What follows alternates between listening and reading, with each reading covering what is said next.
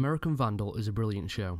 It manages to take a silly subject matter, a cock graffitist vandalising several teachers' cars in the first season, and a series of shit-based crimes in this season, and they manage to turn these subject matters into a genuinely interesting crime documentary with intelligent comments on today's society.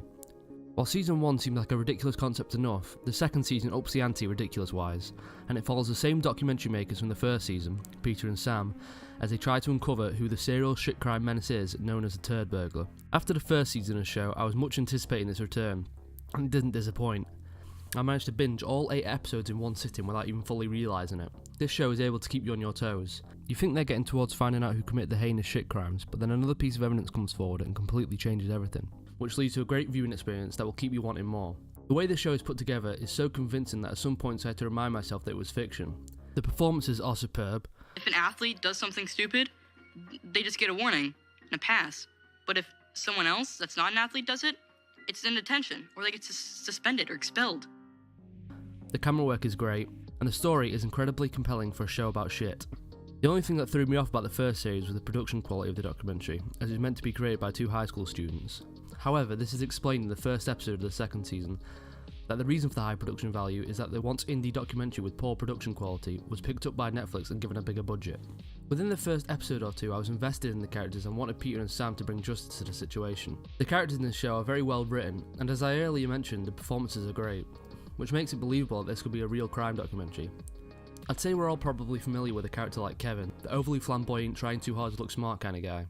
That poem was closer to Dr. Seuss than it was to a more serious poet.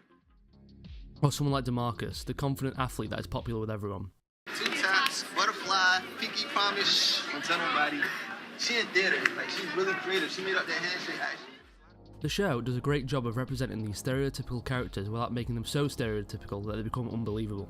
The show also does an amazing job of showing why people may act these ways. I won't say how they explain it, because I don't want to spoil anything, but it's done very well. The social media aspect of American Vandal is pretty accurate.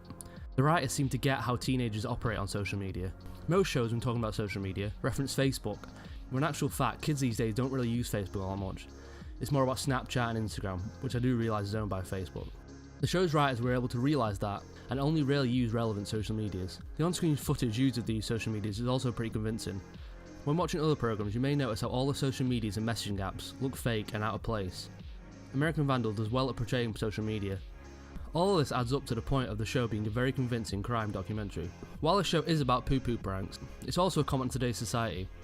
How social media affects us and how we're pretty much, as the show puts it, all full of shit. That behind the veil of our social media profiles are real people that aren't always happy.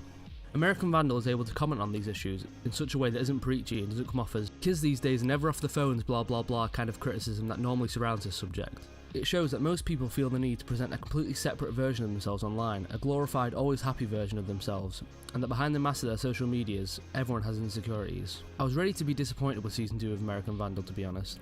I thought they wouldn't be able to come up with anything new and it would all just be a carbon copy of the first season. And while it does have similar aspects obviously, it manages to be original and have its own twists and turns that will leave you surprised when you find out who the true identity of the turd burglar is. The second season definitely lives up to the first season. I still would say season 1 is better, but I wouldn't say by much. Great show, funny, gripping and surprisingly profound.